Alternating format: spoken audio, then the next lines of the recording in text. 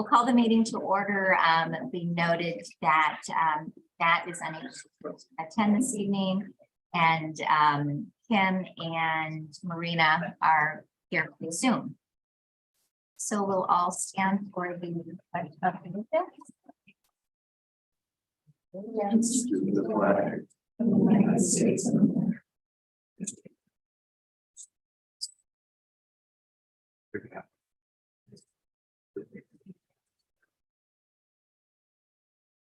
Right. Mission statement: the Viroqua Area School District provides a quality education for all students that inspires continuous learning, positive relationships, curiosity, and compassion, and an environment that welcomes diversity while developing respectful and responsible citizens. We have a couple committee reports. We have buildings and grounds. Robert? Yeah, you told me I had to take notes. I know. Well, quickly going through some of the design milestones are done with the floor plan. They're planning on doing more of a three-dimensional drawing, and that should be done here in April. And then the engineering and the construction documents are scheduled to be done on the August of 2023, with bids starting in September of 2023. And again, the priorities are safety and accessibility, educational enhancements, and the tech ed expansion. Had some building tours, got some ideas of what can be done in this situation. The areas that have been identified and have continue to be worked on: parking enhancements, traffic flow, and water flow. Traffic flow is that we're going to try to keep all the traffic outside of campus. So not only will Van Lawton be closed, but the area between the shop area and the elementary school, or where the district office is at this time, will be closed to traffic with some gating. We're going to do some things with the district office that's going to be turned into classrooms where it is now. And that's going to move over to the high school, middle school area. And they'll have their offices there with the high school, middle school principals and the staff there. Going to have some things in the elementary overall plan. We're talking in addition to the classroom addition there in the district office, kind of a commons area similar to what's out here, with secure entrance, double. People can get in, everything can be locked down, even the outside doors, but primarily they come in through the outside doors, get buzzed in, and then they come through the office, and it's for safety issues and controlling traffic or flow within our school district. Some load-bearing walls that we kind of worked around, so we don't have to remove those. It's pretty expensive to do that. And we have ramps in the tech ed area instead of the lift there, so we're able to eliminate that area. What else have I got here? I keep going through all the planning. We also have in the middle school here that two-story addition out on the northwest corner of the school. Be a lot of lighting, and it'll be a great area out there for a couple of new classrooms for our students. And the tech ed obviously is going to have a little larger area because we have an addition. I asked the question, they're talking about a tiny house and what the heck that was. But the tiny house is something they'll be able to build with inside the woods class, and then they can move it out. The side walls or the doors are 12 feet high, so they probably can do quite a bit with that in there. And they're trying to figure out how to attach our relocated greenhouse that the ag department has now, the head house to that, to the agricultural portion of the tech ed, so that they can move quite simply from that classroom or that workspace out into the greenhouse, and maybe bring some things back in to work on in that ag classroom. So it's exciting, a lot of good things happening. They're moving right along, and they've been really, really great to work with. A lot of positive comments. I think Angie mentioned that during our committee meeting. So with that concludes my report. Thank you. The other piece that I remember them speaking to is the input from the school district, all the teachers and administrators and other schools. And so I was very appreciative of that as well. So thank you for that report. Student board report, students and activities and academics. We have Maggie and Harry. Come this way. Come this way. You want So if you don't mind, Yeah, why don't you guys come on right over here?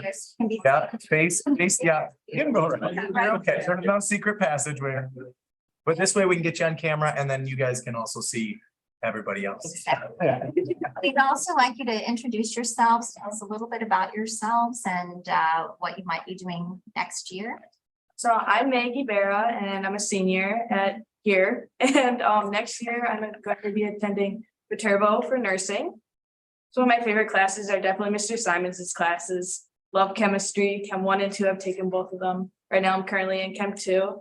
And I am the class treasurer for our class and president of FFA and also in NHS. My name's Harry Devine. I'm also a senior here. My future plans include either attending the U of M Twin Cities or UW-Madison for future in education or material engineering. I'm also in NHS and I'm in Chem 2 with Maggie. And some of my favorite classes have been physics and all the classes Mr. Urch has taught. So right now we currently have the FFA week going on for our school. National FFA week was about 2 weeks ago, 2 or 3 weeks ago. So right now we're holding our FFA week. Today was pajama day and tomorrow we're dressing like a teacher. We're hoping everyone can dress like Mr. Hardy. But for his last year, we're really hoping for it. He didn't really want it, but we pushed for it. So we're hoping. So, and then we'll have our carnival on Friday. So we're really excited for that. Currently, we have our track season going on as well. We had our first meet last Friday. It was an indoor meet, which is kind of cool, half the size of the track. And that went really well. A lot of new runners, including myself. And it was just a whole lot of fun. I'm glad we got to do. Have you had to have anything rescheduled or? Not at the moment, we're pretty early into the season, so. That's There's what always- Don't worry, it's coming. Where's your meet in St. Mary's? Tomorrow. Bring us back, right? UW Platteville. Oh, okay. Does anyone have any questions? So what are you wearing to look like Mr. Hardy? Yeah, I gotta plan that out when I get So home. I'm thinking flannel and Yeah. and a farmer hat. If I could tuck in the flannel with some jeans. There you go. I wanted And a belt is 2 sizes too big for you. work boots. Or so it's that. Well, thank you. We wish you both only wonderful things after you graduate. And maybe we'll see you back in there before you end up graduating. How many days? It's like 8 weeks, so Okay. it's, I just learned it was 8 weeks this morning and that was pretty surprising. I was guessing you were starting to think about that. Realization. Well, thank you very much. Look forward to seeing you in a cap and gown. Oh, yes. You guys so much. Thank you.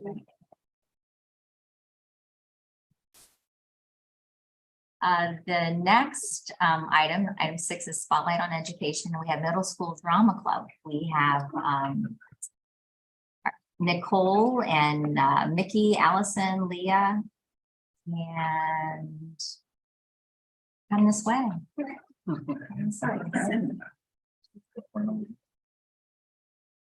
Usually don't want to get too You can close. They're also excellent chair movers. A little bit.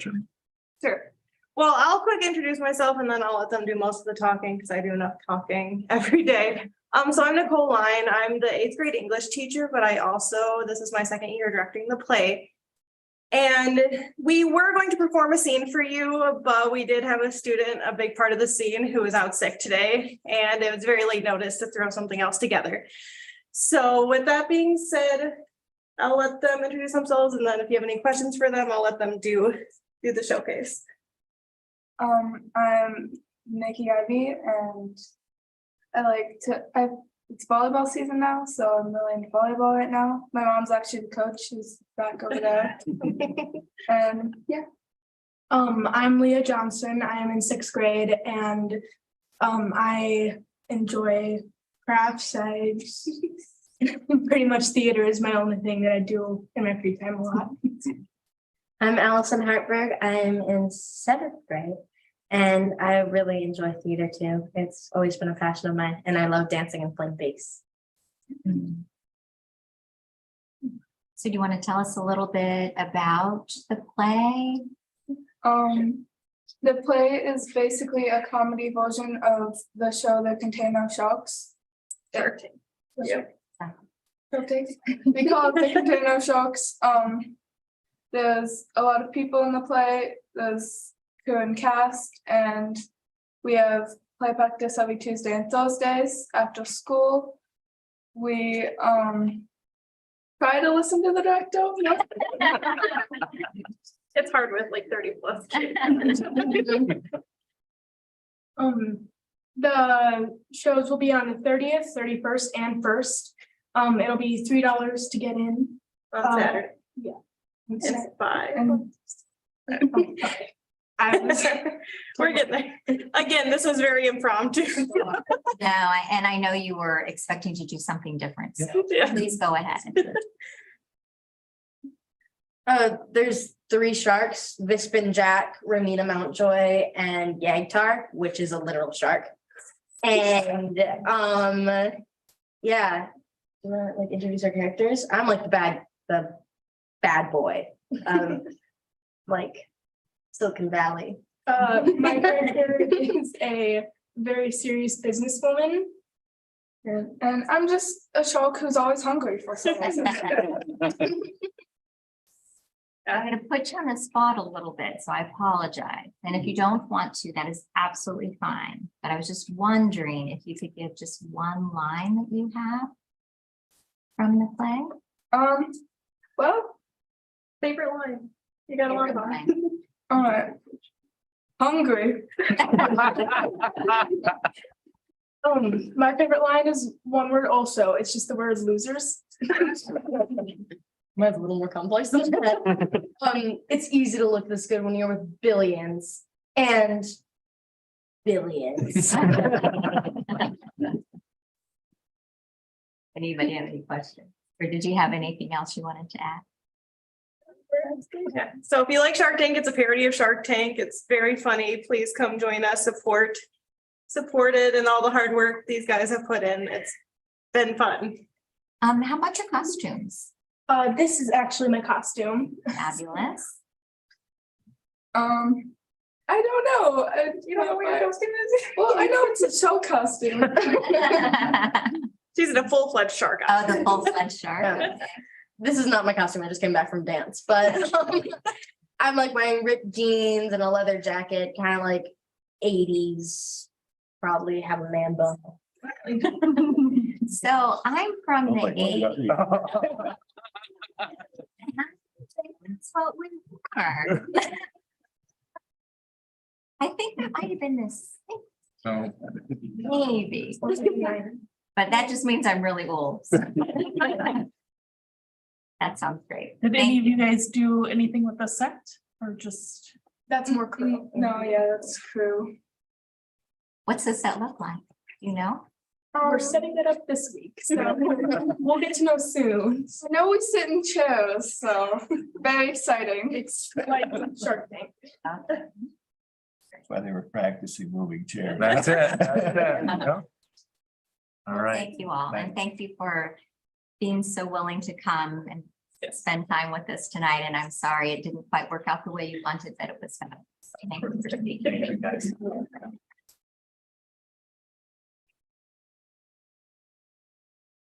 And you're more than welcome to stay, but please do not, we definitely have. The next item is, we're gonna welcome some visitors, and there's 3 people wanting to speak to the same topic. And I don't know if you all want to speak together, if you want to speak separately, however you would prefer to do it.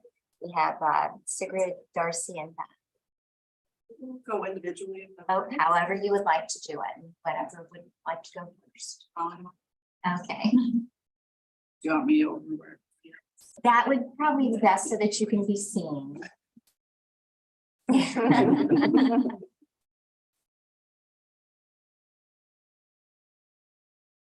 So my name is Sigrid Hiram, and I'm here to speak on the co-op for gymnastics between Westby, Cashton, DeSoto, and Viroqua.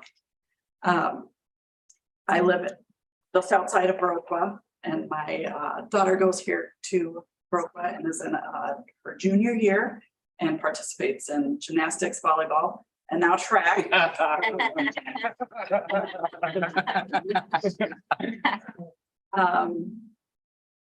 I attempted to gather as much information as I could so I could give you guys an informed report and public comment.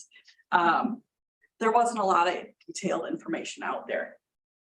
I did reach out to everyone, and I had a lot of people reach back out, and I truly do appreciate that. Being a mom, my only daughter, my only child, she participates in gymnastics and does dangerous things all day when she's doing gymnastics. And I need to make sure that she's protected and that she's coached well and that the people around her will also respect that. So currently, like I said, there's a co-op between Viroqua, DeSoto, and Cashton for gymnastics. If when we join Westby, it would no longer be Viroqua area gymnastics, it would be Westby co-op, I'm assuming. I'm a very detail-oriented person, so coming here without a lot of information doesn't feel the greatest to me, so I apologize if I just go off. That is entirely possible. These girls this year went from this phenomenal group of girls who loved the sport to we're going to compete in the sport. There was uncertainty as to coaching. They lost their long-term coach in the beginning of the year. A new coach came in, not a professional coach, which was fine because we wanted a season. That was the most important thing. And it continues to be the most important thing.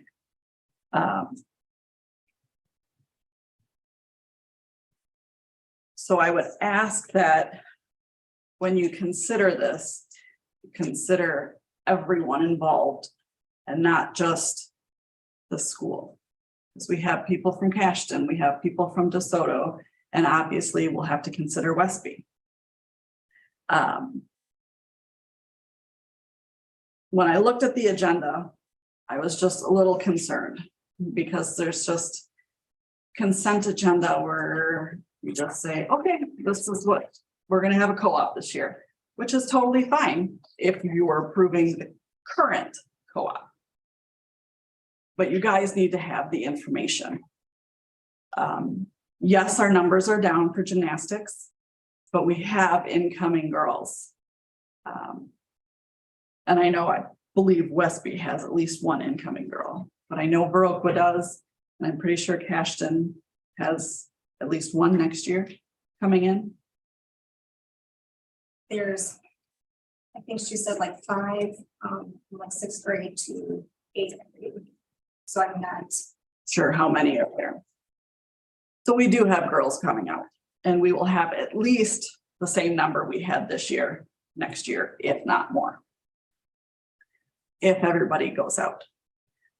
If it moves to Westby, I don't know if all the Viroqua girls will go out for it. I don't know if they'll be able to, allowed to by their parents.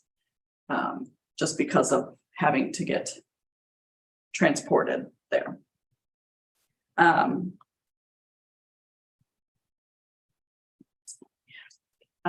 The main thing that I was concerned about, Coulter did give me the enrollment numbers. That's what I was mainly concerned about, because you have to be under, so all 4 schools, their enrollment would have to be under the largest single standing school in our division, which we are. Not by a great number, but a comfortable number. That would have or could have jeopardized our ability to compete at state and beyond as a team. It would have no impact on individuals, but it would the team. And we have been so close the past few years to qualifying as a team. That would be a shame if that had been jeopardized.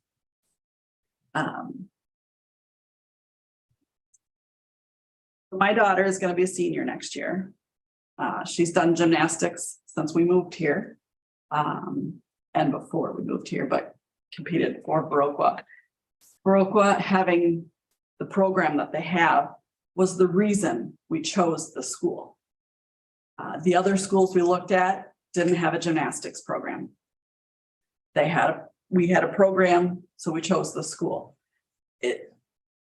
It's important to a small handful of people, but it's super important to that handful of people. So currently, this year, we would have 3 Viroqua gymnasts, 2 returners plus an incoming freshman. One of those would be an upperclassman. We would have 5 girls, I believe, from Cashton, 4 returning plus a freshman. 3 of them would be upperclassmen.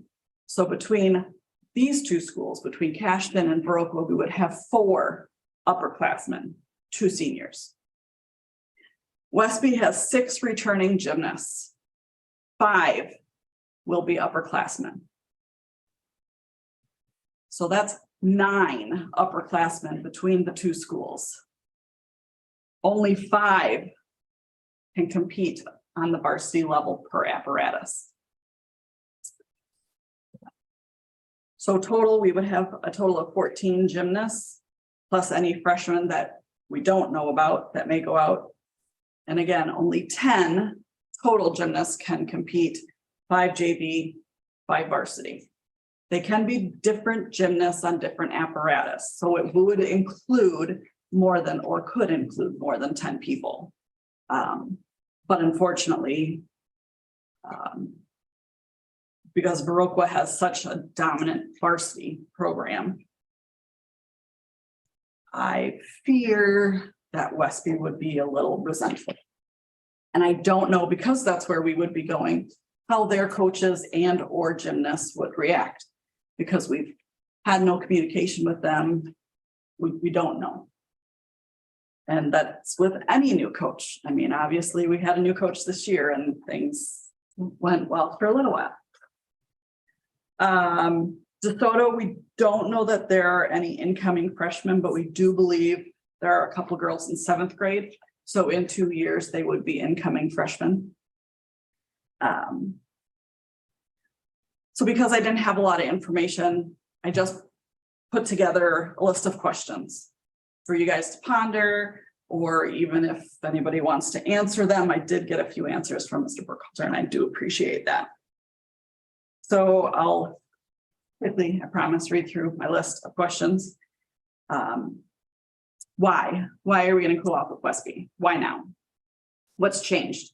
I realize our numbers are down a little, but we're still the competitive program that we have been. We still had 2 state qualifiers this year, and we were this close to qualifying for state as a team.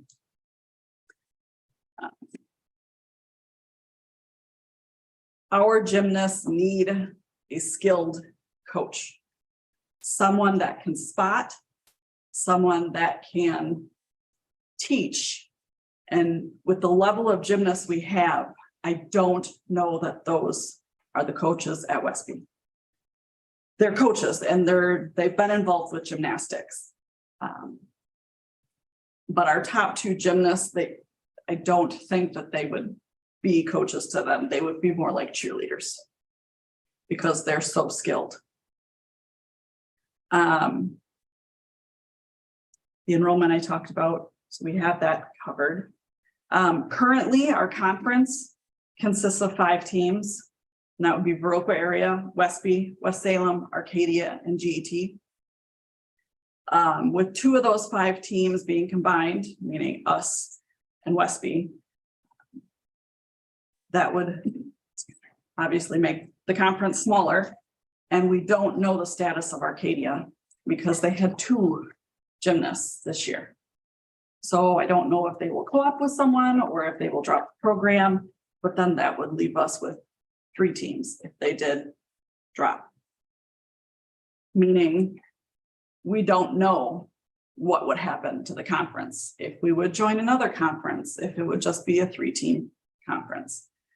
We don't know how that would affect sectionals. We've been in the same sectionals for a few years, and it's obviously we've been this close to state the past couple of years, so it's a good sectional for us.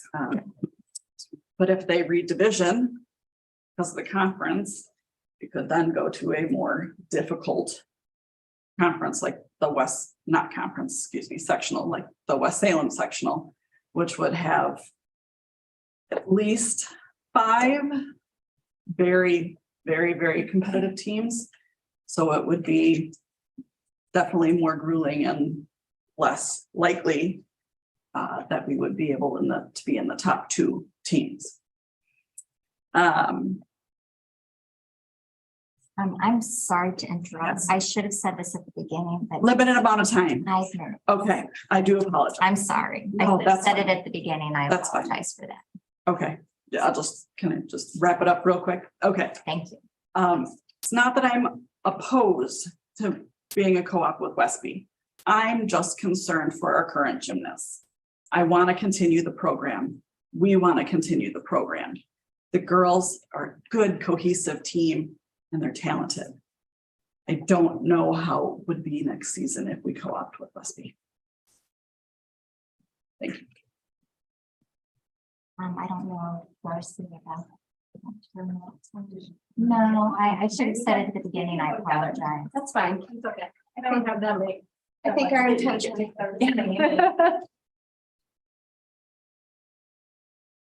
I will say that I am sorry that I am not more prepared. I found out today. And so as a former coach, I was a gymnast here, as were my sisters. My family would never have been able to afford club gymnastics, so it was my opportunity to participate. School athletics is supposed to be about opportunities for our students. Sorry, my notes are going to be kind of discombobulated. Co-oping with Westby, like Mrs. Harum says, takes a program away from the conference. The co-ops that we have brought in the past did not take away from other schools or other conference schools. We brought in opportunities for kids from different conferences, so that was not a problem with having less teams in the conference. The conference ramifications scare me of possibly only having 3 teams in the conference. The potential of going D1 because we're right on the borderline will kill this program if we don't work to support our own kids here. You're taking away opportunities from our own students. The investment of the equipment that we have state-of-the-art equipment here. I'm just disappointed that you seem to be moving so quickly to dismiss one of the most successful athletic programs in the school. We have had teams at state, individuals almost every year. We have state champions. And I followed gymnastics since I have resigned or retired as coach in 2011. Every year, there's that possibility that this team goes to state. This is a very successful program, and I cannot believe that you want to take that away from our legacy here at Viroqua. Kind of on the same note as Beth, you know, Beth and I coached together for at least 12 years. I know, all together, I mean, it's, you know, and she came back couple of years ago, but I mean, since 1977, this program has been successful. 33 years, we have sent an individual or more than one individual to state. Over 5 sectional championships. Does not include the runners-up, so that's well over 9 as a team. I believe our top placement at state out of 10 teams at state has been 5 twice. This year, when I watched the state, Salem took second. We could have been there also. I really feel strongly about that because we have such a successful team. And the reason why this was not even Salem's most talented team. They've had more success with other teams, but Whitefish Bay got kicked out. They did not make it this year. That's just how our sport is. It goes up and down. Our numbers go up and down. Our skill levels go up and down. So when you talk about taking another school and combining, Westby sets up every night. They have to fight for gym time just like we do. But we as a district have a safer environment for our gymnasts to practice. Westby, I believe, does not. I am a former Westby gymnast, so I think I believe what I believe. And I really think that Viroqua cannot allow our success here in Viroqua just hand it over to somebody that probably can't do what we did here. The other thing I was going at, oh, I'm sorry, I just lost my train of thought because, I mean, it's a hard decision. I wish with COVID and everything, I could have kept building our program. That's probably been 4 years, and that's probably why our numbers are down a little bit, but it happens in every sport, and we never give up on another sport. We don't ever fight trying to find a quality coach. We try to bring teachers in or other staff that have the ability, or at least would try to do it. And my understanding is I had an assistant and she was not asked this year if she was going to even coach next year. So I don't really understand how we can just let our program go. Once you let them go, of course, you're never going to get them back and they're never going to be the same. And I feel for our parents, and I appreciate them because it does take, our sport is so different. It's so grueling, so much more emotions. And not only that, bringing another school into the co-op, you already have 3. DeSoto hasn't had a gymnast for several years, but now you bring in Westby, who has a full team, and then you bring Viroqua over there, another full team. These girls are not going to get the opportunity that they want to have or should get or deserve. And then they're going to be fighting amongst each other who gets the spot. I mean, why would Westby want our girls to take over their girls' spots? You know, yeah, they'll be better and they probably will make it to state as a team, but they can try to do that on their own. This team here at Viroqua most likely has a really good chance. My understanding is that our freshmen coming in, it has a lot of skill level, high skill level, and they're safer here. Our girls are safer here in this district. They have to stay here. I really wish that you guys would consider this and not just throw away programs that has been successful since 1977. Just because our coach had to resign. I really would like you people to consider working a little bit harder to find a replacement instead of just throwing it out the door. And I know it's because the co-op is up to whatever in April. You have to decide that. But you have until then October to find another coach. You know, I just think if you give it to Westby, who was trying to get rid of their program for over 7 years, they've been knocking on our door for over 7 years because they have no coaches that wanted to take over either. So they actually made someone go into that place because it was an employee, was my understanding at one point or another. And I just don't feel like if we give our good success program up, that they're gonna continue that for us, or even want to. They're probably gonna get rid of their program altogether, and then where are we? We're gonna start everything up after we sell all our equipment and get rid of it? Like I said, our spot is the best place. There are so many Cooley gymnasts or Cooley schools that are jealous of our facility that we have. Of course, now that Salem has their great facility, you know, but I mean, we're a small area. We don't complain that much, even though we've had to fight for room, because we can't do giants in the gymnastics room. We can't flip suits in the gymnastics room, even though we can make it work, because you do what you do with what you have to make it work and to make the success happen for these young ladies. That's all I want you guys to consider, is that really think hard on what you're asking the board to do tonight, and really think about the success of this program and the young ladies that have the opportunity to possibly make it to state, and not just state academics, all state. We have 2 all-state all-arounds. We're always good about filling out those forms, so our girls get all academic, all state awards. Westby, I don't believe they do. You have to be in our association to do that. Our association has been working so hard to keep our gymnastics program alive. So that's cutting and joining with Westby will just cut that back even more. Because then they'll have to rearrange all the sectionals, because then there's one less team in the Reedsburg or Platteville sectional. So that'll all change again. So we have to try to have a little bit of effort to find a new coach and keep the program here in Viroqua, since we already have all the equipment and we have the participants. Thank you. Thank you. So the next item is the consent agenda, and I believe that we should have a motion to approve the consent agenda presented with the gymnastics co-op with Westby, DeSoto, and Passion to be considered separately.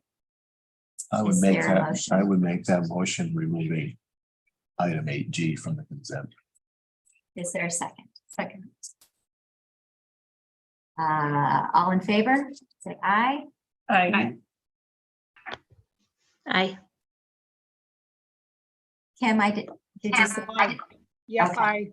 aye. Opposed? Motion carries. And so- Opposed, motion carries. Are we getting some feedback? Somebody got some feedback. Marina, can you mute, please? There you go. Thank you. Sorry about that. Thank you. So with that, we have approved the consent agenda. So we will now speak to the topic of the gymnastics co-op with Westby. Can you read the consent agenda that you've approved, please? Sure. Approval of the agenda is proof of public notice, February meeting minutes, Dr. Summary 1 in the amount of $1,317,412.55. Retirements, resignations, there were none. Appointments, high school teacher Melinda Benzine, starting with the 23-24 school year. 23-24 fall early college credit program, Start College Now, and online course applications, 23-24 Vernon County Better Futures, 66.0301 cooperative resolutions with Kickapoo, Lafarge, and Westby school districts. That was what was approved. So now speak to, Tom, would you speak to the topic of the gymnastics co-op with Westby, DeSoto, and Cashton? With this, this would be informational. There's not a motion or a second yet. And so this would just be informational first. Sure. And I'm gonna have Dan bounce in whenever, you feel you need to. And I really want to talk a little bit about, answering some of the questions, but also just how the process has gone to this point. So as we know, as was presented, numbers have been a little bit low, especially with Viroqua area schools and our athletes. So right now we do have 3 athletes competing. We do anticipate 1 out, 1 in for next year to maintain 3. What I really want to make sure is reiterated here is Our sole focus has not been about taking away a program. How can we continue to offer a program and provide an opportunity for our student athletes to compete? That's what our focus has been. So a little bit of history and background. This year, we did have a very high quality coach who's sitting in the audience that did happen to resign. We are so thankful for all that Darcy has done for this program. It's been a very successful program, one of our most successful programs. The moments that followed that conversation were some of the moments that I never want to have again, which are we have a very talented team, a top heavy roster, but it is very, very talented. And so we had multiple unfortunate conversations where with the WIA, we were scrambling as far as trying to find anybody. Unfortunately, with gymnastics, you can't throw me into that role. It's not one of those roles. It's not even something comparable to basketball, where somebody can have an understanding of the game, maybe has not competed in that sport, and then go and do that, because it is an incredibly dangerous sport when you don't know what you're doing as far as spotting girls and making sure that they're doing movements that are well above and out of reach of people. They need to be taught how to do that in a safe way. We were at the point where we did not have a qualified coach. We started our season late, and we were not only at risk of, but we were very, very close to having to cancel our season. We were 5 days away. Well, 12 days away, I guess. And I would just like to expand on your point that when we posted the position, we didn't have one applicant. In 6 weeks, not just on our school website, but I believe it was posted externally on other websites. In addition to not having one applicant, we then took the initiative to call all the area gymnastics clubs, University of Lacrosse, all the area affiliations with gymnastics you could think of, in conjunction with the WIAA. And we were unable to find anyone that knew anyone who would be interested or could recommend anybody. So with most other sports, applications come into us or coaches know someone. This was a situation which we were actively calling several people and were unable to find anyone over the span of 8 weeks, a single person that would be interested in coaching the team. So the solution we ended up finding after the season had officially started.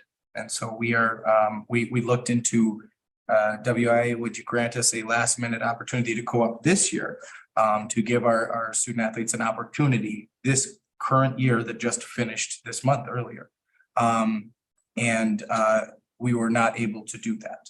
So we went and again, tried every which way that you can, ultimately deciding on after the official season had started, move to have a parent co-coach with a recent graduate, and by recent meaning the year before, from a neighboring school that was an excellent gymnast. That was what we went into the season with late. Mid-season, we had a coaching change with one of the coaches that they resigned mid-season. So we obviously are left in a situation where we have a coach that is 1 year removed from high school, which and no consistency as far as anyone with any experience, even in any of the pipelines that we look through. That terrifies me that we're not going to be able to give a very talented group of gymnasts a qualified coach to be able to coach them. On top of that, the sustainability of the program has to be, we have to have that conversation as far as we have 3 athletes. And so we need to make sure that this is not only a decision for right now. I don't have a clear outlook on what the next 3 to 5 years are going to look like with gymnastics. What I will say is that never was the conversation of how do we end a program. It was truly about how do we sustain a program. When we talked with the other schools, Cashion and DeSoto, they were very open to the idea. Both administration, both with district administrators and with ADs, as far as, again, a way to make sure that we can maintain the program. Westby does have 2 coaches that have been there for multiple years at this point and are fully committed, as not only do they have upcoming, children in the program, but they have that commitment. What I would say is, again, the thought of taking away a program is never what's on our mind. And if we were getting rid of gymnastics entirely and not giving our student athletes that opportunity, absolutely, I understand those conversations. The one piece that we need to consider, and it was brought up by one of the people that presented, was we do have a co-op size concern. Gymnastics is really fun. That they have a rule, and I believe it's a gymnastics only rule, about the size of your co-ops cannot be larger than the largest standalone. So the largest district that is not a co-op in Division II. And right now, the numbers, do you have the updated ones, Dan? We're about 250 students with the combined co-op under largest standalone school. And there's not just one standalone school. Holman and one other school are both around 1180. Holman's D1, not D2. Nicolai. Nicolay was 1,090. So our total between the 3 districts with all of them is going to be 965. That's if enrollment, that's our current enrollment right now. We are looking at declining enrollment in 3 of the 4 schools, and at best maintaining enrollment in the 4th. I think Watertown was one of the bigger ones in D2. We've got Nicolay, West Bend West, and River Falls are the 3 I've got. And all 3 of them were well under. So that the smallest one of the top 3 was Nicolay at 1,090. And then River Falls was at 1101, West Bend West 1113. And so again, 136, student difference. That with again, things that we can't control are major differences. If one of these schools were to drop, we don't anticipate that to any kind of level like we're talking about with 136 student wiggle. The other piece there, and again, as we're moving forward, the biggest pieces here are we are up against a time restriction here, but at the end of the month. I do not appreciate that, and I've shared this with others, that the WIA has that quick of a turnaround to evaluate your season where you currently are before making a major decision like that. It's absolutely, it's ridiculous, and I voiced my concerns. The WIA will take my concerns where they mostly take them anyway, and it will be not something that they will consider changing or adjusting at this point. So we are up against this time constraint here that does add to this process, which we don't like, and this would not be the way that we would do this if we had the choice. However, again, we do feel that this is the while not an option we want to have to consider, this is the best option to guarantee that we can compete. And that's really where we're at. We do not have a coaching staff that we are, while we really appreciate being able to have a season this year, it's not a consistent enough coaching staff on top of our numbers. And so there's a lot of things that go into play with these conversations. It's not just a piece there that is a one point argument. And obviously we would really prefer not to have this conversation. That would be our goal, but we don't have that right now. Anything else to add, Dan? No, it's I think we're in the unfortunate situation of trying to ensure that we have an opportunity. It you know, I would like to say with certainty that we would find a qualified coach to step in between April and November. But if our primary concern is making sure that gymnastics is offered as a sport in this school, whether we host a co-op or not, then with right now, given the deadline of April 1st, then what we know with certainty right now is co-op affords the opportunity for athletes to compete. I will also say too that gymnastics is unusual in that the co-op arrangements only last 1 year. Every April, they're up for review.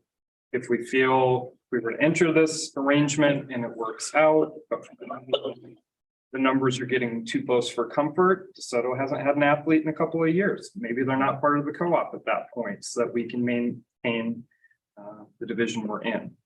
But we are really,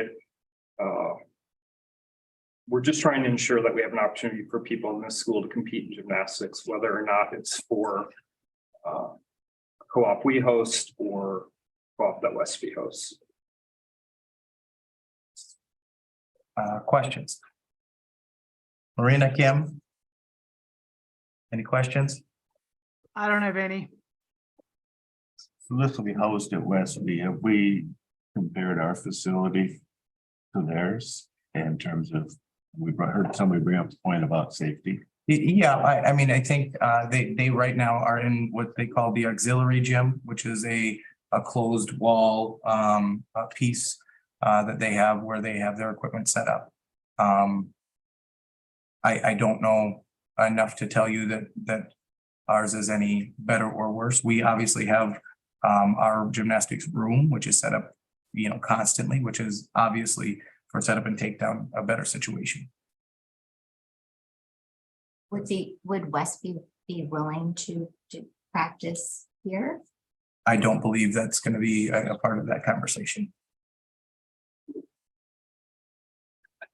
And again, while we may have better, you know, practice facilities potentially, and again, I have not seen their setup, so I don't want to downplay what they have.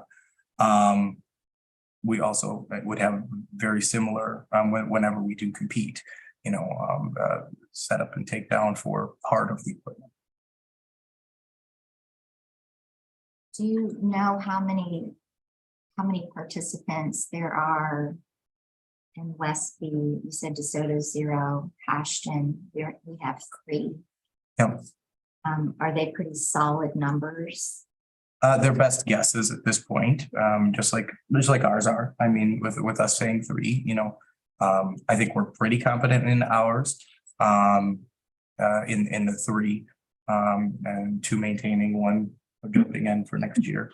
And so as far as the others, they are talking about a slightly higher number in Westby than what they have this year. And then Cashin is talking about potentially adding, but I think they were less confident when we talked with them than Westby was. And so again, there's potential for some increased participation, not to a level that we're nervous about. What I would also say is the conversation about having more JV level athletes compete at a JV level was intriguing to other schools as well. While we definitely have some top tier varsity athletes, and that's very clear, we don't have, we have in other situations and in ours, athletes competing at a varsity level that probably shouldn't be. And that's, you know, something where to grow their confidence and to grow their love of the sport is something that we've also talked about. So again, I'm sorry that we have to have this conversation now. That's not what we intended. And obviously, I'd love to be able to have a different recommendation for you. So we have to let them know by April 1st. If we would find a coach, too bad. I'm just asking, like, if somebody would step up after April 1st. After April 1st, yeah, then we would be part of the co-op, and then Westby would have control the hiring process for any additional coaches. Yeah. No getting. No, after April 1st, you're locked into that next year, and then you have the following another 3 weeks to decide what you want to do after the season. So we'd be keeping our equipment. Yeah, we've not talked about getting rid of any equipment or anything like that at this point. Did either team have any JV this last year? I'm not sure. I don't know. I'm not We sure. had 2 JV athletes on the team. And DeSoto had none. DeSoto has had 0 athletes. I DeSoto don't know has- how long it's been. It's been a while. Have any JV?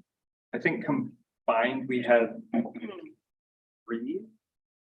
2 or 3 JV athletes. Do you have any idea what was? I do not know. I know they have 6 athletes, and I know that they're not at the level, whether they're competing at the varsity level or not, they're not at the level of our varsity athletes, which is totally valid on the concern of Absolutely. Beth and Darcy. I mean, and it's, to be honest, it was a discussion first and foremost right away. We're stuck. Our coach. Our children can't compete.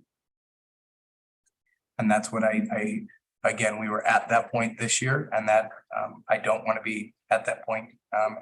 If I had confidence we were going to find somebody, I think that does change the conversation. I don't have that confidence right now, and I don't know who would actually. When we talked, called around the state, those that have co-opted, it's not only a numbers game. It's finding quality coaches that know what they're doing, and again, I'm not trying to say that I really appreciate those that stepped up again and saved us this season. That's truly what happened. And we appreciate them. You know, if Westby's coaches, were they gymnasts? Have they been instructors in gymnastics? I don't know the history of their particular coaches, so. May I speak, please? No, you're not allowed. And again, that's part of the hard part of going into any co-op. The hard part of it going into any co-op is we, especially when we're not the fiscal agent, is we're no longer in control of that part of it. Which obviously is a very difficult part. Any more questions? So a no vote, basically. Risk having our kids being able to participate here. Find a coach. Yeah, as I wish we would have had another, month and another 2 months that we can make this decision, because I think we would have a lot more. We don't have that luxury. So we had 2 coaches last year. One of them said no. What happened to the other coach? The other coach is exploring college options right now. That's choice of a few. We had an assistant coach. Yep, we do. We have an assistant coach that has clearly expressed no interest in being a head coach. Okay. Is there a motion to approve gymnastics co-op with Westby DeSoto and Coachton?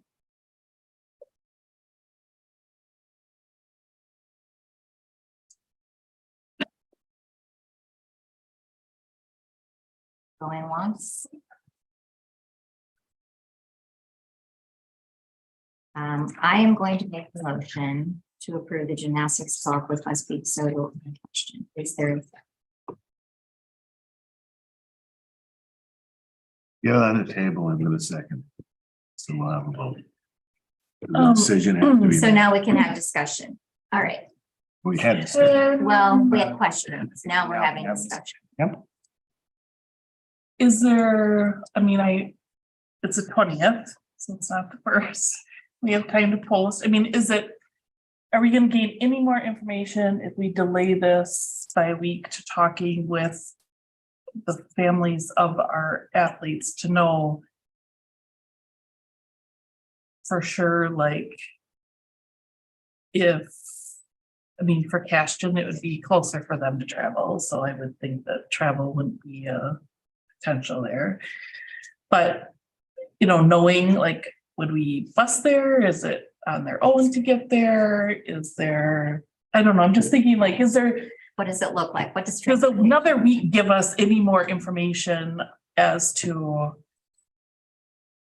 you know, I don't know if you guys met with the coaches at Westby directly, or if it's only been admin and athletic director, you know, would it, looking at rosters and kids and knowing kind of a plan, semi-plan for next year, would a week give us any more time to make any more clear of a decision? The other piece here is that we are right now the fiscal agent of our current co-op. And the other two boards also have to meet after we make our decision. So if we delay, we also then are delaying two other They would boards trying to do a understand. special board, you know, a special. I know, meeting. but hopefully they'd understand, I mean, it's a big thing on the line, it's not Yep. something small, so hopefully they would also adjust and hold the special board meeting if it meant, if we're gonna gain no information, why put it off? It's a hard decision, but if there's a potential to gain a better understanding or having parents have a little bit more comfort in it or things like that, that it might be worth. When are, do you know when their board meetings are? Cashton's is next Monday. And DeSoto? I don't know off the top of my head. And Westby. I was They just haven't- wondering if they had already approved it or not. Westby has already approved it. Westby has approved it. Okay. And do you know? I believe DeSoto is going tonight, but I don't know. Yeah. I think Cashton is next one. Yeah, next Monday is Cashton's for sure. So there's nobody on this board that wants a situation where we don't have anything and something being held in our district. That's a fact. We want to provide every opportunity for every student. You know, a comment was made, you know, it's a small number.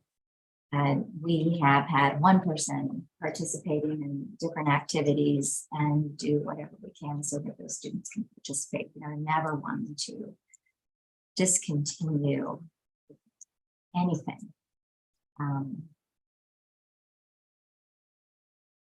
I mean, none of us love this. And I don't know if there's any people that retired from this spot that would ever be interested in coming back to coach this type of a situation for a year or not, which would be the only reason that I would think of postponing this decision for a day or so. But I don't know if it's worth that. And can I just say Yes. something? It's easy to get lost in the numerous moving parts. The heart of this is the uncertainty with coaching. As Sigrid said, we ask our kids to do really dangerous things. Yeah. We need to have certainty and confidence and commitment from a coach.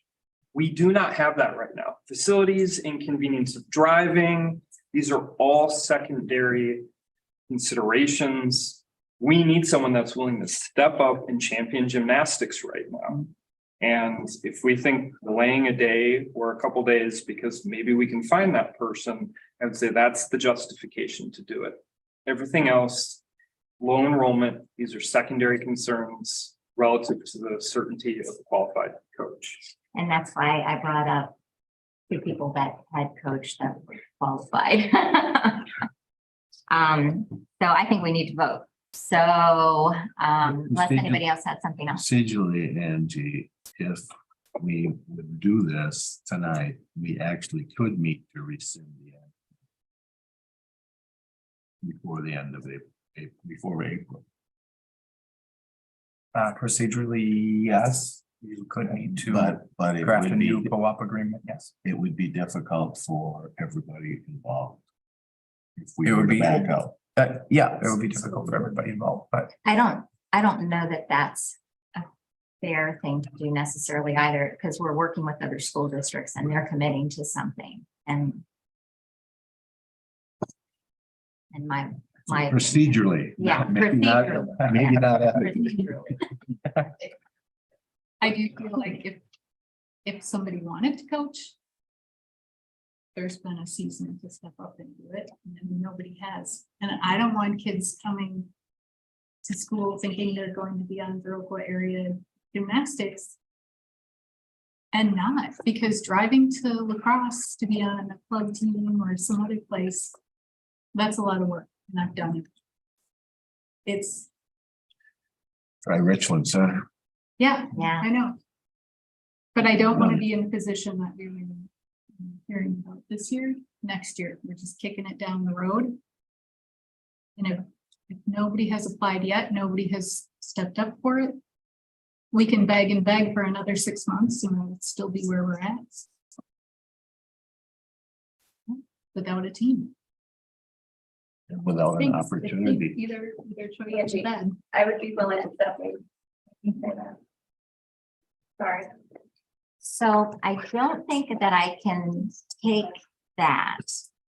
But with that thought, we could delay for a couple of days. I'm willing to come to a special meeting and not be posted. Okay, I don't know about you guys, but how This is important. about if we propose, and it's not actually called tabling. I was just taught. We procedurally delay this decision for two days. I don't think you should put a date No. in the motion because I think it needs to be made pretty quick, though. I agree, we can address but I it feel quickly, but like we should we- not put it in, we should not put that, because we have not committed as a group as far as timing with the rest. of Okay. it. you can say before March 30th or something like. Well, I think we should say before, what's Thursday? Today's the 20th, before the 23rd.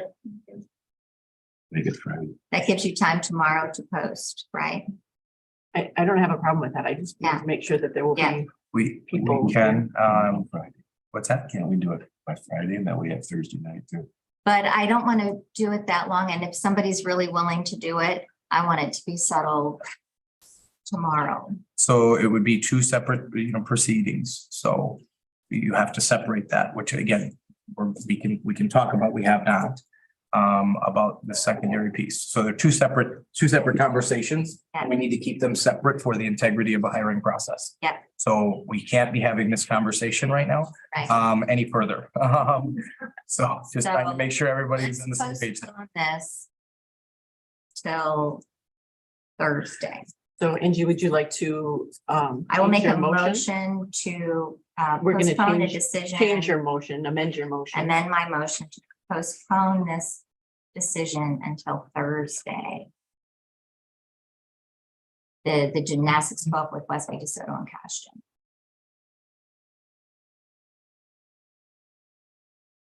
Well, I'll second that. Is that motion though saying that we're going to have it on Thursday? Yes. I don't, again, I think we should make a motion to table and then we can, again, have that reconvene. We can post it, the meeting legally and we can have that conversation So later. if Wednesday works better for everybody or Friday Yep. at 9. All right. I just don't want it to be. Time goes by. We can so table it, fast. we can table it, and then we will have the conversation as soon as possible. Okay. So Can we just postpone this action? We will. To a postpone later this date. action that to a later date. to a Yep. later date. I will amend my motion. to postpone this to a later date. Okay, thank you. Second that. All in favor? Any more discussion? All in favor, vote by saying aye. Aye. Hi. All right, opposed? Motion carried.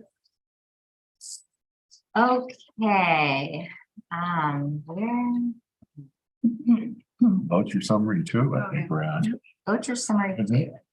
We are at 9A voucher summary I move to approve the voucher summary 2 in the amount of $256,258.82. Is there a second?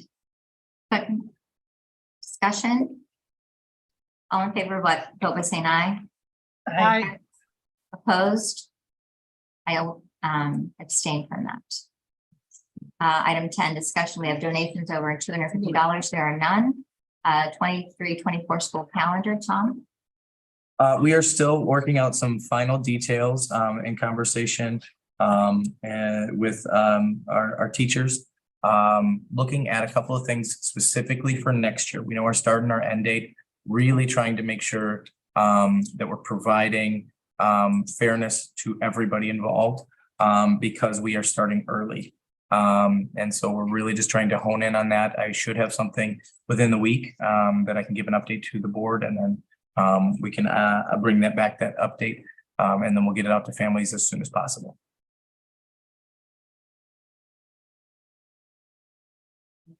We do have the waiver, correct? We do have the waiver. The waiver was approved for the early start. All of that is approved.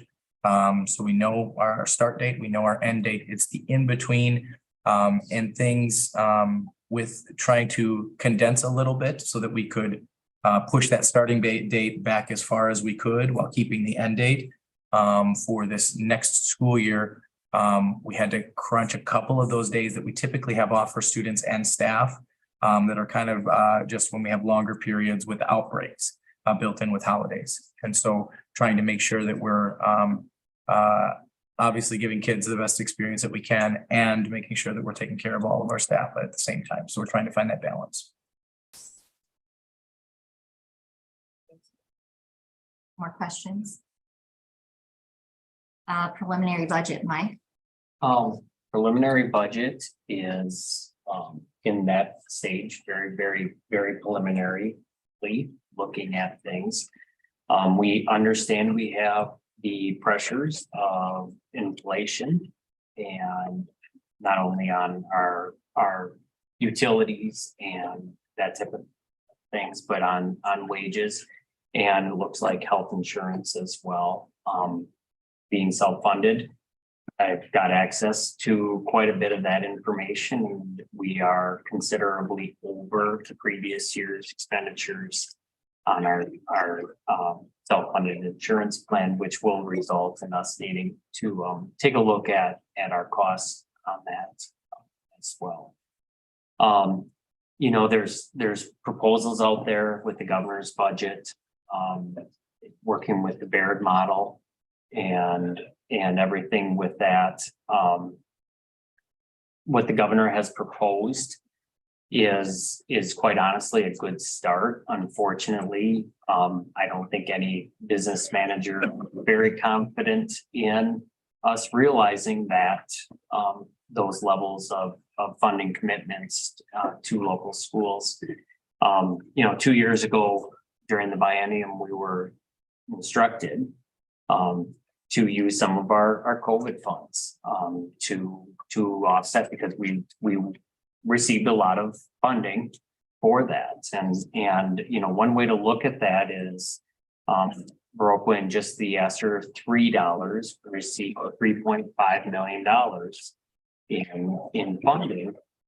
And even if you took and said, okay, we're going to spread that over 3 years, that in itself is about $1,000 per student where we're at. And in that time, we got $0 increases. So just to stay equal, we would need the $1,000.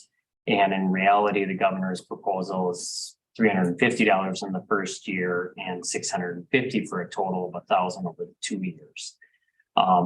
You know, I've been saying it, you know, for 2 years now that while the budget was able to be completed and balanced, that as we were not making an adjustment to the revenue limits, eventually we were going to have to make some tough decisions. We still hope, and I implore our elected officials to take a look at this seriously. It doesn't all have to result in property tax increases.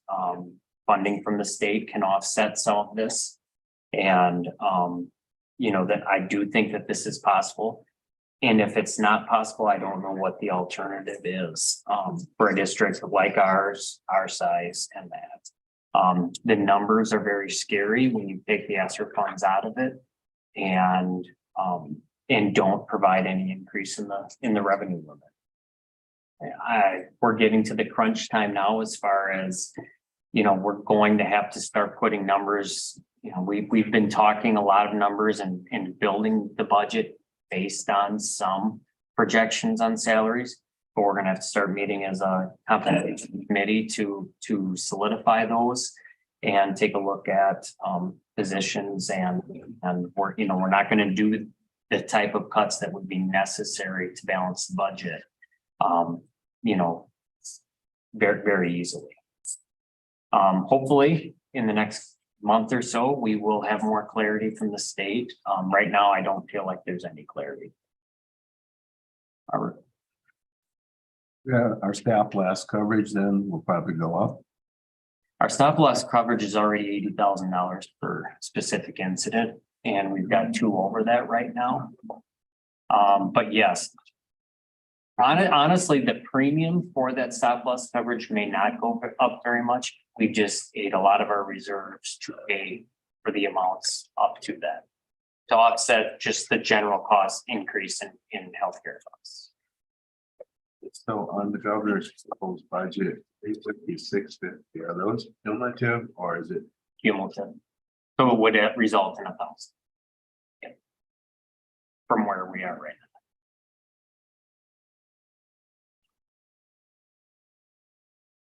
I know we've got a couple of board members going down for the legislative days and I think it's important for them to hear our story. I do. When we talk about salaries being a large portion. A large portion of our budget. What about the other thing? I mean, if you, as a farm boy, I see things going up. I just bought 2 little gaskets for $1.79 a piece. The rest of the stuff has got to be going up significantly. Also, isn't it? A bus that cost us $82,000 is now costing $180,000.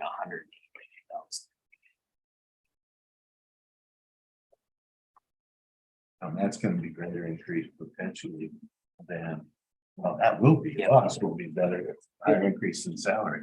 No, fortunately, we are sitting very well with our fleet. We were able to sell a bus earlier this year, basically for less than $1,000. We paid for it 3 years prior. We're hoping to be able to do that again this year. So, I mean, the resale on the buses is going up likewise, and we can keep our fleet going well. But yeah, we're talking 20% increases in those. Our electric bills, as you can tell from the voucher summary, are scary. Gas and electric bills are. So yeah, we're not, I mean, I'm not asking for sympathy or anything. I mean, it's where we're at, and it's just, while our revenues are locked, our expenses are going to continue to go up. And it isn't just our district, every district. And so everyone is trying to work through this right now. And since we just don't have any way of producing 8% inflation in our budget, the way that it's distributed to us.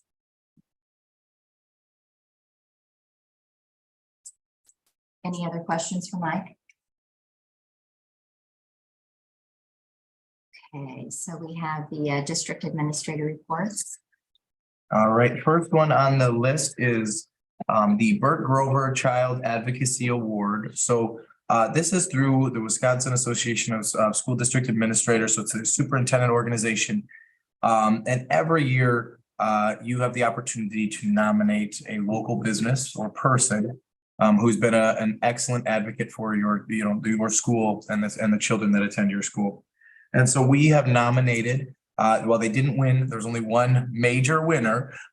We wanted to make sure that we recognize SNS Cycle. They've been an outstanding organization and partner in quite a few things, but the one most recent was last year they donated a whole fleet of Strider bikes. And so you may have remember seeing something on Facebook about this. Not only did they purchased the bikes, they purchased helmets, they purchased packages that came with the Strider bikes to convert them to pedal bikes.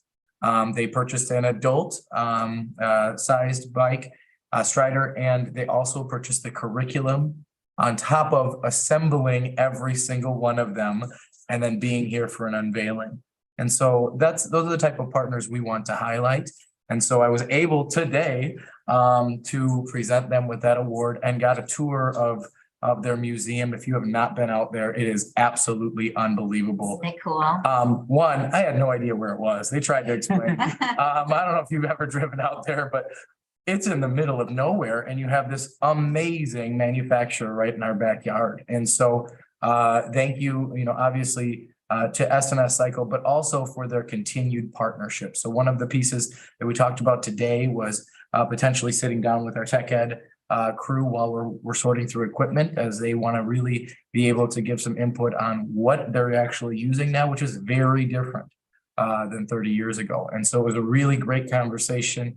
The pride as the people that walked us through that museum had, and not only the product that they put out, but the story behind it was absolutely incredible. And so they're amazing partners, and I want to continue to not only shout them out, but it was just one of those experiences where I just couldn't take the smile off my face as I'm going through. And I will definitely be back. They do some tours over the summer that we're gonna potentially, take some groups to, and I'd love to get students out there as well if they haven't already done that. So it was unbelievable. They are our 2023 Burt Grover Child Advocacy Award nominees. They get a nice plaque, a nice certificate that we were able to present to them, and it was a great experience. And so we'll be looking forward to continuing that and making that more of a new tradition, that we really take time to honor our local businesses and people that give so much to back to our schools. Building project update. Robert stole my thunder on that one. So, I mean, we really are in the process now where they're taking those flat drawings and making them those 3D models so that we can actually see what the space is going to look like. And that's really exciting to move from that stage to the next. So right now they predict we're about 30% of the way through that development. And obviously there is a lot going on. As Robert, you buzzed through it, but there are a ton of different projects that are going to be tackled throughout this process, and we're really, really excited moving forward. The teachers specifically, our tech ed wing, those 3 down there have been vital in creating what their new space is going to be, and it's going to be really incredible to not only have an ag lab, which most districts our size or in this area don't have, but then also to be able to do some programming that we just don't have the capacity to do with the current system or current setup and square footage that we have down there for usable square footage. So very excited about that. Early Learning Center update. Oh, okay. So today we had our first open house for our staff, and it went unbelievably well. We had a great turnout for staff that really wanted to see, start to finish what this project was. Tomorrow morning, we have a ribbon cutting for all of our elected officials, school board members, city council members, and then everybody throughout the state was invited, and we should have a great showing for that. And that will be at 10 o'clock tomorrow.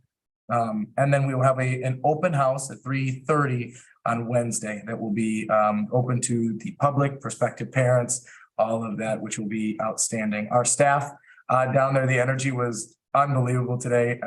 To be in a space that is that, it's beautiful. It really is. I'm very, very proud of what we were able to accomplish within that process. Angie did a really nice piece on it in the paper this week. And it's really an exciting opportunity. And what a way for us to give back to our community, which we've talked about as well. And so we will have multiple speakers and elected officials and a representative from DCF speak tomorrow, and really it's an unbelievable opportunity. We have over 40 kids to start, which is awesome when we look at this. So right now we'll be licensed up to 90, and we will then eventually be able to reach the capacity of 110. And that's a lot. That's a lot of children. That's a lot of students. But what I would say, when we look at this, when we did the deep dive with not only DCF, but also a Children's First Finance group that came in. We have about 258 kids in our district that need care right now. And that's incredible to think about, that even with this huge center, we're still going to have so much need in the end. And so while I really do appreciate the district and the board being proactive in this and being solution finders, we still have work to do. We're going to continue to work with our community group that Sharon has put together to tackle childcare beyond the center. And it's been it's a great group of people, community leaders from throughout the area that we're able to identify sustainable funding and where can we get more slots for our kids that need them. So the opening will be next Monday, and we're really excited. One big change, you'll drive out there and you'll go, why is there not siding up on the one wall? And so we do want to give a brief update on that. So with how everything has gone, it was a late change on our part as the district to decide to change the siding in that building. If you don't know the building, we're talking about 601 Arena Drive, and that's down across from the ice arena down there. And it has this yellow siding, and if you're a Packer fan, it's yellow with a green roof. It's really nice that way. But what we were going to do for a pretty significant cost was do what's called a donor wall, and that was going to be a taking the back south-facing wall, residing just the one side, and then using that siding when we needed to, where new doors and windows were throughout. The problem with that is it's 22 years old. And so sun fading from one to another, when we put it up, looks not great, which some of you will see tomorrow, because we did put some of the faded stuff up to make it look okay for right now. We can open the interior is beautiful. But there is some unfinished siding because we did decide to reside the whole building. So for the cost, it did not make sense when we were reaching end of life. The siding, again, is 22 years old. The siding life expectancy for the type of siding that was put up was 30 years. So in 8 years, we would have been looking at residing the entire building anyway.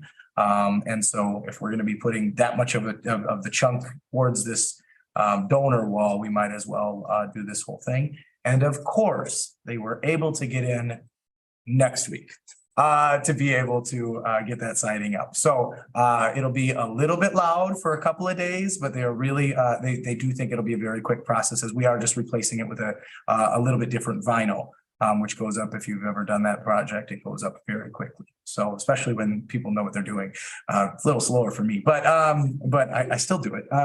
And so we're really incredibly excited. The staff is unbelievable, and we're going to be able to provide the local community with an outstanding service.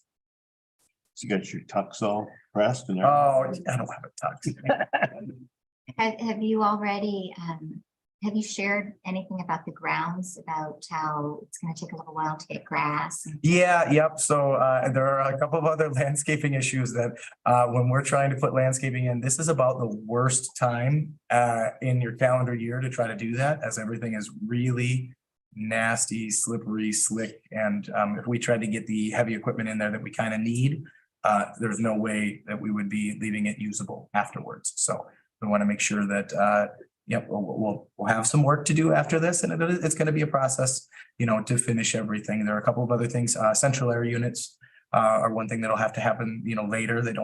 We have them in, but we don't have them. They don't like to put those in this time of the year. Maybe a month from now, we can start talking about that. But those are some examples of things that they'll just continue to do as needed. Playground equipment. Playground equipment's another big one. We have some pieces out there, but it's not going to be the end because again, we can't get big equipment back there right now unless we want to really tear everything up. Will it open at capacity, or?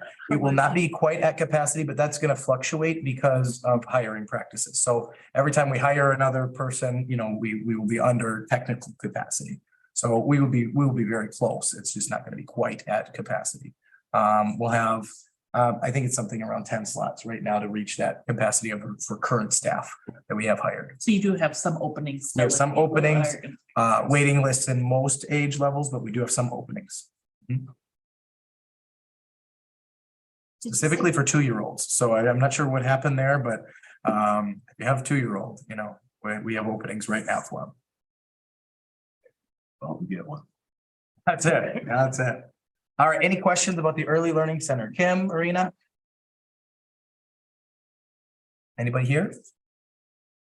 All right. I just Been wanna 2 years in the thank- making. I just want to thank everyone for all of your work with us. I know it's been a lot of additional steps with everything that's going on. I'm very excited about it. Thank you. Yeah, we've learned a lot. Really, we've learned a lot. The last thing on my report is the what's happening at VAS. So a reminder that that's what we started when we committed in December for our legislative linkage. When we had all of our elected officials here, we talked about how do we make sure that our elected officials know what's happening. And so we have our second edition, which is the March edition. We've done February and March at this point, which is really incredible, an incredible way. And also makes me tired whenever I put these together, because it's like, we don't put everything in there, and this last one was 6 pages long. So we want to make sure that's with including pictures, so it's not straight text, but we have so much to celebrate here, including some upcoming events, but also we've got highlights such as Kelly Olson, our elementary Phi-Ed teacher, won the 2022 Amateur Coach of the Year with the WBCA. We want people to know how awesome our staff is, even if it's not directly tied with the district. That's an amazing accomplishment. And then it kind of walks through just some of the highlights of things. So we've got a lot of winter sports celebrations. We've got a lot of Battle of the Books celebrations. We had Read Across America Week, where we had guest readers. We talked about Mini Business World. We had a student write to the city hall talking about the tornado testing schedule, and they brought a fire truck out and made him. They did the tornado siren that day in honor of our student, which was these are the kind of things we want to highlight. There's so many great things happening, and so again, the feedback has been phenomenal from both sides of the aisle. There's not much to debate when you're just getting all of this great news about a local district, and it's really, really exciting. Any questions about that? So our goal is to send it out once a month. So I thought we might run out of things to talk about, but it's proven me wrong multiple times now. So we've got a lot to talk about. Did anybody else participate in Read Across America? I did. What a fun day that was. And I had the numbers day. And so I wore a Red Sox jersey with a number on it. And it was a blast. The kids were great. They're so well behaved. Their attention was fabulous. The teachers were amazing. And it was just really, really, really fun. Makes you realize, why we're all here. Yeah. She glossed over that pretty quick, but what's that? The Red Sox jersey, but yeah. My son worked for the Red Sox. So he had a jersey. Oh, got it. Yeah, I guess we'll allow it. They're better than the. That's saying something, yeah. Administrator reports, ACT, Jason. So we are in the middle of testing season. The great thing is the 2 weeks ago now, we had our junior level ACT testing. The great thing about it is we had 100% of our kids show up that did not.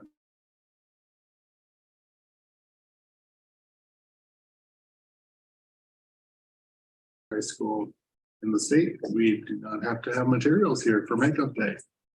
Because when kids have accommodations, there's a 2 week window you can do them. Whereas for those that do not have accommodations, there's a test day, there's a makeup day, and an emergency day.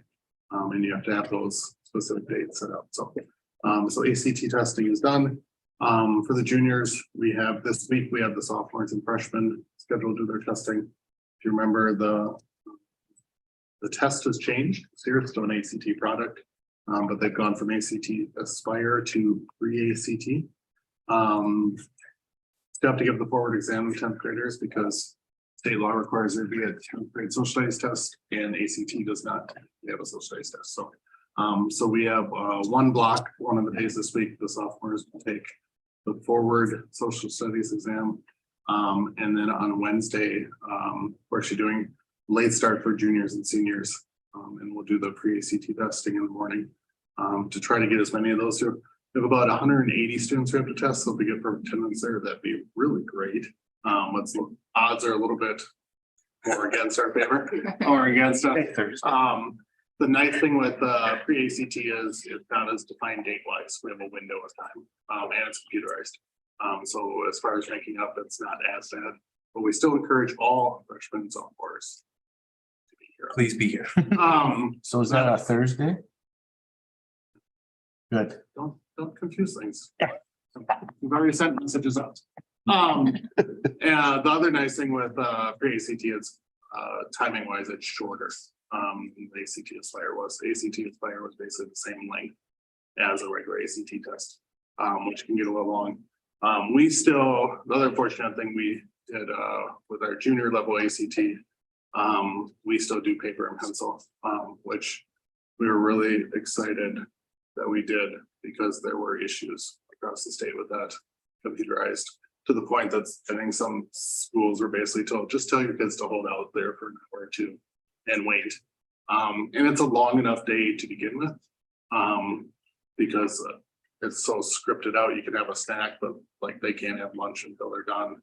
ACT is very specific with their rules. So we were thrilled even more that we had 100% attendance and that we were able to do it compared to what some other schools probably had to go through with. And hopefully with this being a new test, it'll go as smooth as possible, but we try to limit the amount of interruption that we do to the regular learning. But at the same time, the tests are very important for us to see where we're at and where we need to grow and improve them. Summer school, keep it on you. Yeah, Riley couldn't be here today, although Pat was willing to share it if you want him to share it instead. Since Whoever wants to. it's more elementary heavy. So. Jason just likes it when I talk. I don't know if anybody else does. Well, there's some months you guys don't even let them talk. So, I mean, There's a reason. We try to keep Cowboy fans. Right. But We just gloss over that too. But Riley, he's very meticulous about everything he does, which is awesome. So he's got registration books. Hopefully will be sent out later this week. There's a 3-week window for enrollment, and summer school will be June 12th through the 30th for high school students and June 13th through the 30th for middle and elementary students. The stagger days hopefully help with the transition because it'll be in this building again due to we've got to finish up flooring and air handler. Hopefully It will happen. it happens. All happen in the summer. It's all It's going to happen. elementary. Air handlers are. All right. Last one was here today. Playground equipment going in at the elementary. So lots of stuff going on over there again. They've got the morning session will be grade level work. And then the afternoon session is enrichment with, they have over 40 afternoon enrichment classes for students to choose from, which is pretty cool. 20 of those are new offerings. So seems exciting. And opportunities in July for camping and canoeing, some of those standbys that people really like. Also be partnering with the library for their after school summer program for 1st through 4th graders. Be eligible for that. So Riley's got things going, which is awesome. It's a big undertaking.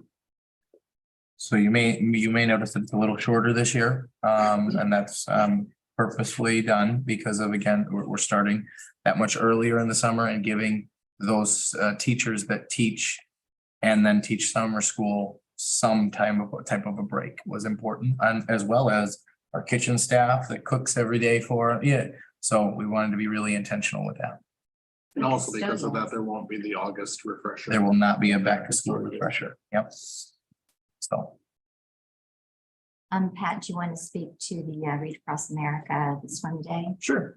A couple fun events at the elementary building, Read Across America, which was touched on. Yeah, we had over 20 guest readers, which was really cool. A variety of community members from firefighters to plumber apprentices to everything in between, which is cool. You know, that to me, the dress up days are fun. It's well and good, but the main focus is reading. Like, how do we get kids to get excited about reading and see that reading is a lifelong activity, and the importance of read alouds. Adults are modeling neat ways, you know, proper ways to read and expression, voice, and asking questions while you're reading. It's a really cool event. And beyond that, our library media specialist, Haley Harris, coordinates. She's done it last year and this year, March Madness of books for the kids, where each classroom is reading certain books in whichever region, the bracket we're in, and kids vote for which one's their favorite till it gets up to the champion. So that's pretty cool. And then we had elementary swim days, which in the fall, Tim Lee was our long-term sub at the time, was gracious enough to run. And now he helped Kelly Olson through that, which is a huge, sounds like just a fun day, but it's a huge undertaking to get all of our 4K through 4th grade elementary students, plus the band students that are in the elementary building, schedule it for 2 days over here around snow days and everything else. We got to do it in the winter. Got to do it. They've never got done that, which is cool. Yeah, it was awesome. And to make it as realistic as possible, because an emergency is not going to come on when we plan it. Mr. C and I forgot we had kids over in this building while they were doing a fire drill. So our 4K students got to experience a fire drill, a realistic situation in an unfamiliar building of where to exit and all that. It was pretty cool. It went so well. They are planning 2 more days in early May to do the same thing, which is cool. That's awesome. This is year 3 and I'm seeing swim days for the first time, sock hop Friday for the first time, getting, you know, guest readers back in the building. So it's just pretty cool. Lots of good stuff at the elementary building. So the next item, Krista. So it is also the season for lots of different contests for our students, and one that's been happening at all 3 levels is Battle of the Books.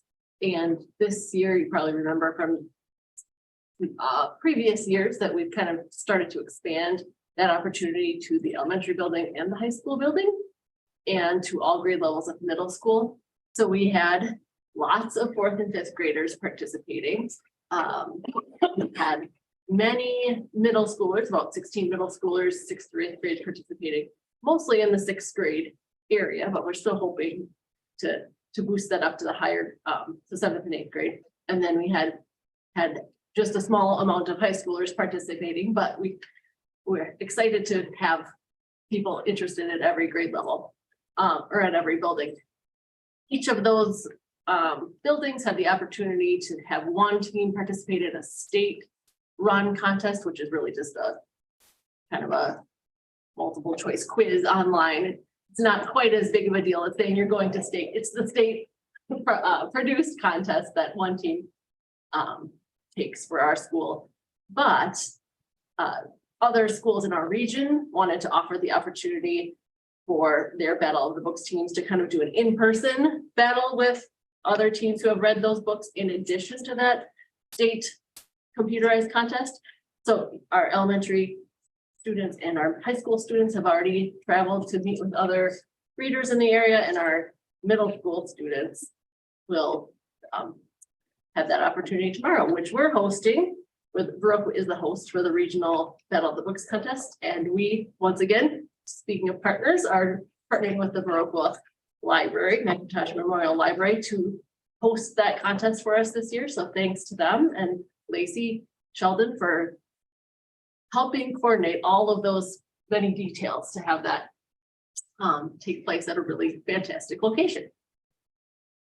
So I think that's all for Battle of the Books. The spelling bee is just the traditional spelling bee that happened last Friday, and I wrote this in advance of that, so I just had to kind of write an advanced summary. But we had 6 students from 4th grade through 8th grade participating. We have 1 contest for 4th through 6th graders and 1 contest for 7th through 8th graders.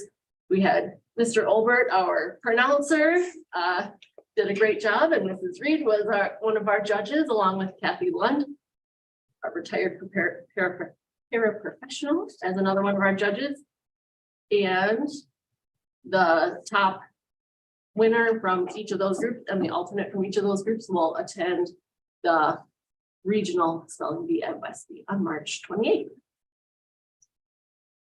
Contest season is happening right now. Thank you. A lot of good things. So nice to be back in person and people being able to be involved again. Board report. Kim, do you want to speak to the VAMS update? And you, Yes.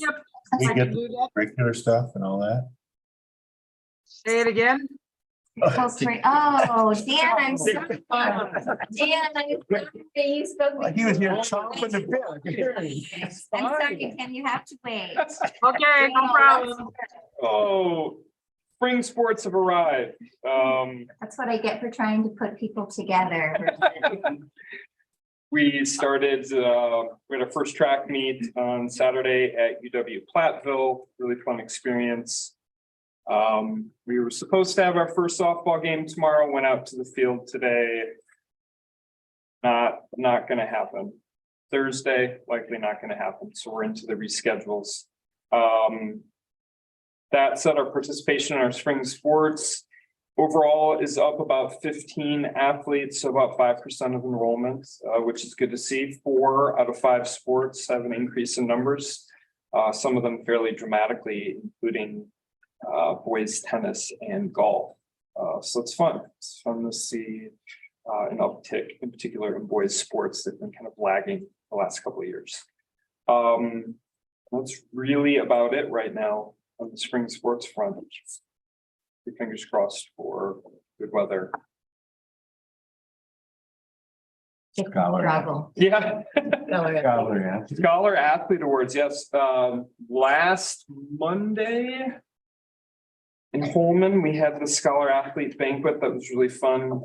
Cooley Conference hosts recognition of one male and one female nominee from each high school in the Cooley Conference, but to be nominated for the WIAA Scholar Athlete Award.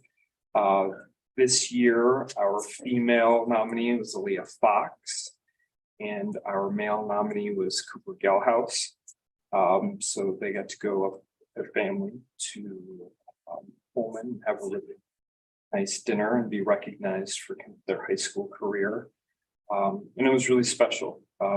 They get to have coaches speak on their behalf, so that was really nice.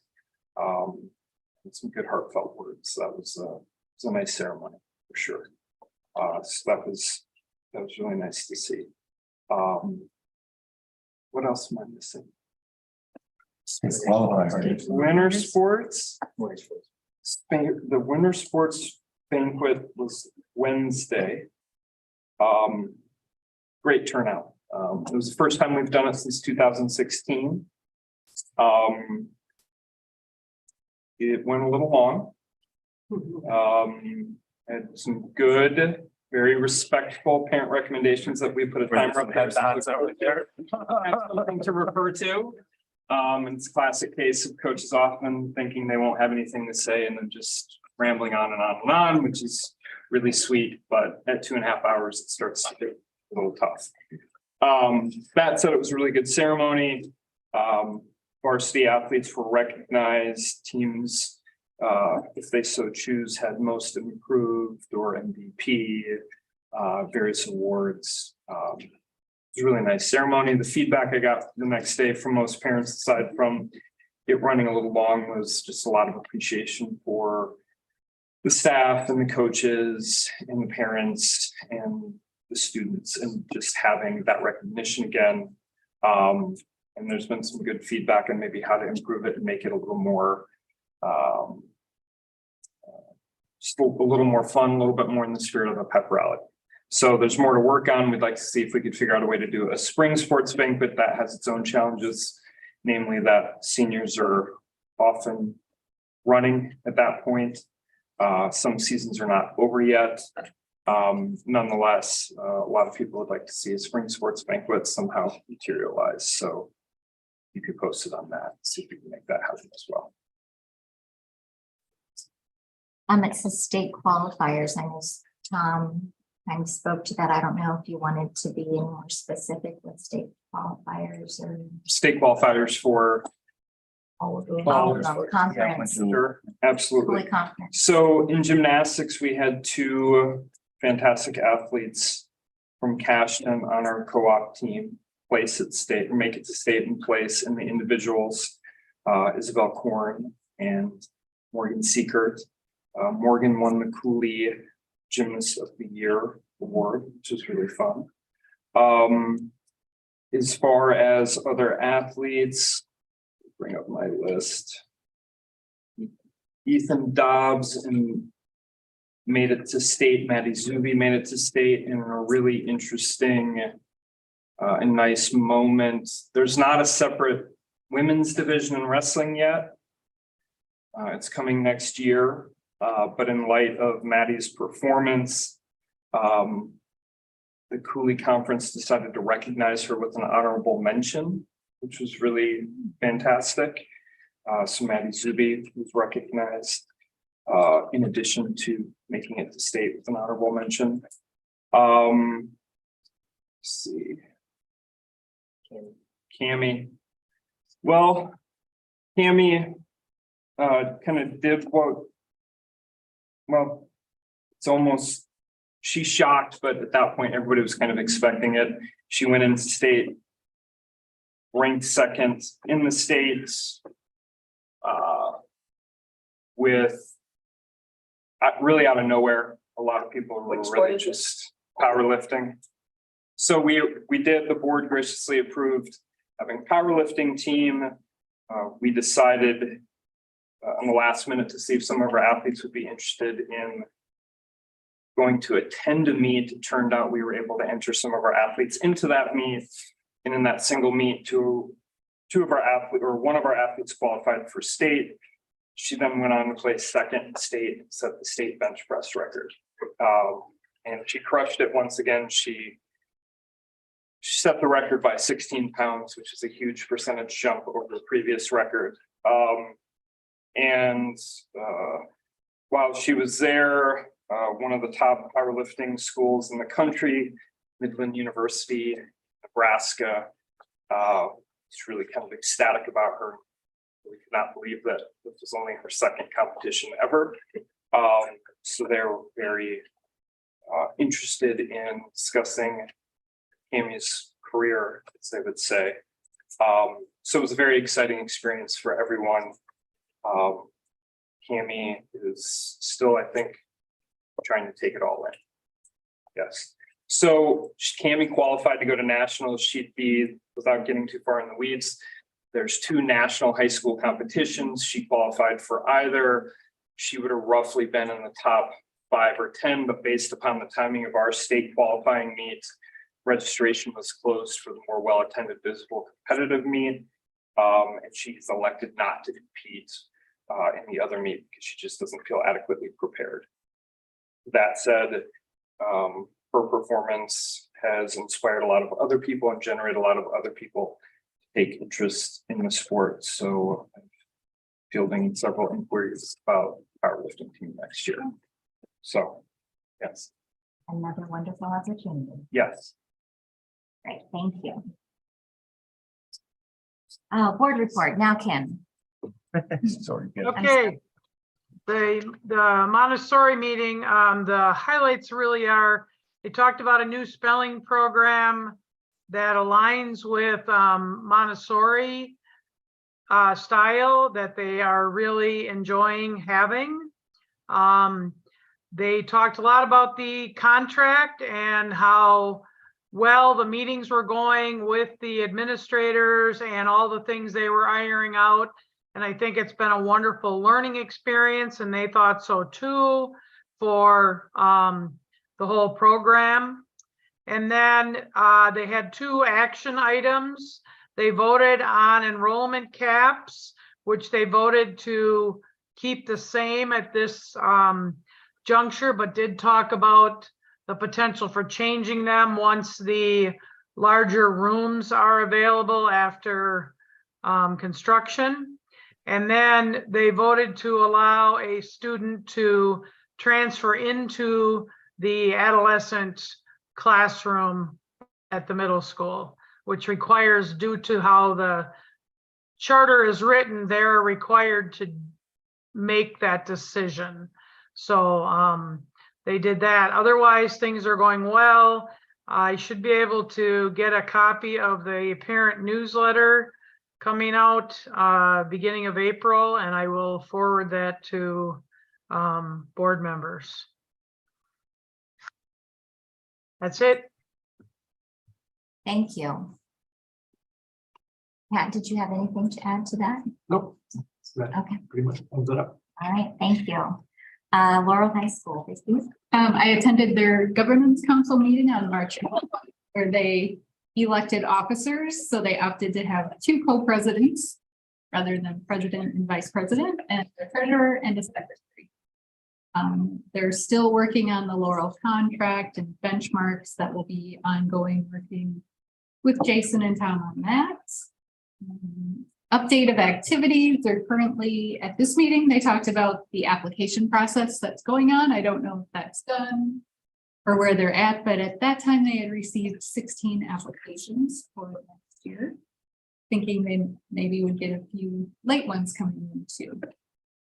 They've been having some activities, and probably one of the more exciting things is planning for Laurel graduation at Sugar Creek. So Renee gave an update about that. They'll be having their own traditional celebration at Sugar Creek. And so the students will be planning that. Talked a little bit about some testing. Jason talked about perhaps doing some fundraisers this year and next year to help fund some of the activities. And yeah, so thank you. Spring school board election is Tuesday, April 4th. We want everyone to vote. There are 3 candidates and there are 2 positions that are open for the school board because Amanda has chosen to not run, and this year she will be missed. I know this is not her last meeting, but she's been just absolutely wonderful. We'll speak more to that next month. WASB legislative update. There is beginning in, this is called reporting of certain crimes. Beginning in the 24-25 school year, there will be a possible requirement for public schools and private schools participating in parental choice voucher programs to collect statistics on violations of municipal disorderly conduct ordinances and certain crimes, including homicide, sexual assault, burglary, battery, and arson that occur on school property or on transportation provided by the school. The high school must collect statistics about the crime or disorderly conduct only if it occurred on a weekday between the hours of 6 a.m. and 10 p.m. It is reported to law enforcement and a charge is filed or a citation is issued. And this is an assembly bill. Collected statistics will be reported to the Department of Public Instruction and be included on the annual school and school district accountability report. That's also called the school and district report card. However, the DPI may not consider crime statistics reported by a school or school district for purposes of determining a school or school district's performance on the annual school and school district accountability. So that's something that passed the assembly. I don't know where it will all be at the end of the day, but it did just pass the assembly, which is something new. And then Wednesday, Tom, Matt, and I are going, and Mike, I believe, are going to the, I'm not going in. pardon me? I'm not going. You're not going to go?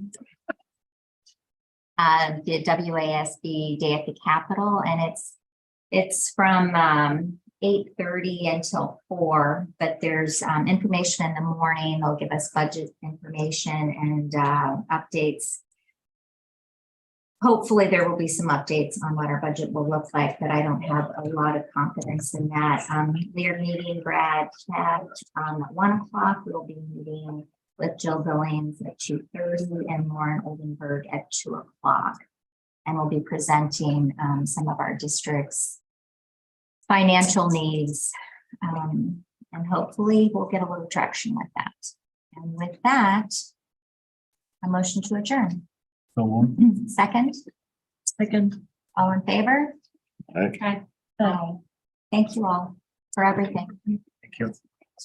Thank you for going. Well,